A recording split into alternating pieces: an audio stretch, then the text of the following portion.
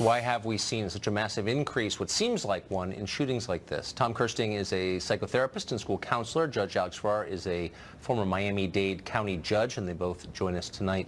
Judge, to you first, we're going to find out a lot more in this specific case because unusually the shooter is still alive. But more broadly, we have seen, in absolute terms, a pretty big spike in shootings like this. Why do you think that is?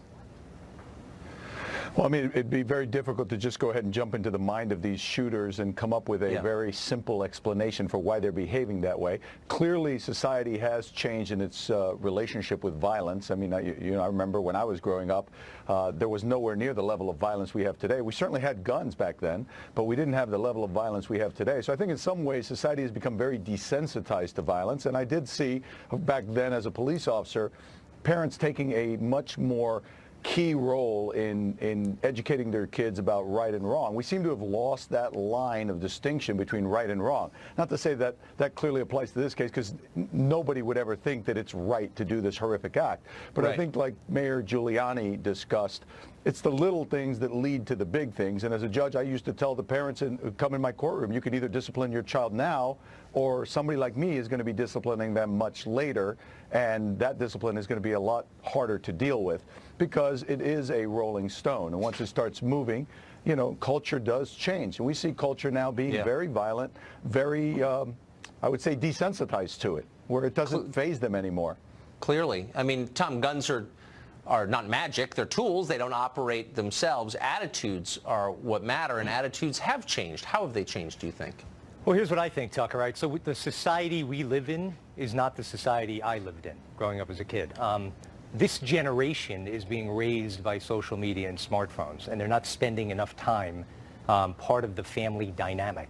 And the kind of content, we see it. I mean, if you go on social media, whether it's just, you know, the hatred from, you know, people's views and so forth, we see this anger and this hatred that's occurring, that's getting into people's minds. That takes somebody who's mentally ill, like the shooter, okay?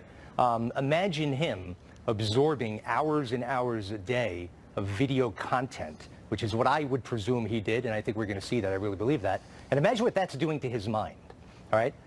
Our actions as human beings are a reflection of what's spinning around upstairs in our minds. So we've got to get back to the basics of families. Parents need to sit down with their kids every night, get back to the dinner table, and have what the president said today, deep, meaningful interactions with one another. I think that sounds right. Judge, why isn't there a national conversation about this? It seems like something that's important, and it's an obvious problem, and people feel like there's something deeply wrong with the culture that would produce something like this, but there isn't a conversation about it. Why?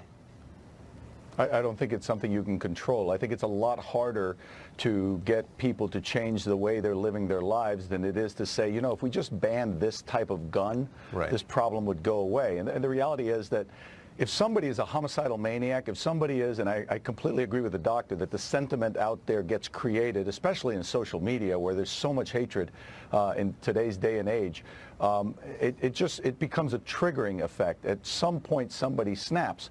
So if somebody snaps and they want to kill a lot of children because they think, you know what, I'm going to become infamous, you don't need a gun to do that. Just sitting here talking to you, I can think of 3 ways right now that I could kill a lot of children if I was a homicidal maniac, and none of them would involve guns. So it's an easy answer. It's easy to say, let's ban guns and we've solved the problem, or let's ban this type of gun, because I don't think the U.S. will ever, having been founded with the Wild West, having been founded with guns, would ever get rid of all their guns. It's easy to say that. It's a lot harder to get people to change their behavior in the way that they are raising their children, and especially the way society's been kind of moving away from religion, which, like it or not, did set moral parameters for people and teach right and wrong.